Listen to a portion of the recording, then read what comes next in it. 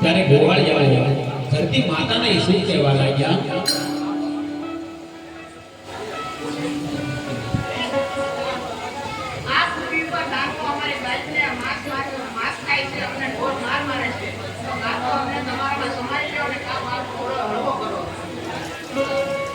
ત્યારે ધરતી માતા ગોવાળિયા ઉપર પ્રસન્ન થાય છે અને ગોવાળિયા શું કહેવા લાગ્યા? ધરતી માતા હું તમારી માથે પ્રસન્ન થઈ છું. જે દુઃખ તમારી માથે છે એ દુઃખ મારી માથે છે. એટલા માટે હું કૈલાસમાં ભોળાનાથ પાસે જાઉં છું ને આ લોકો પુત્ર લઈને પાછી આવું છું.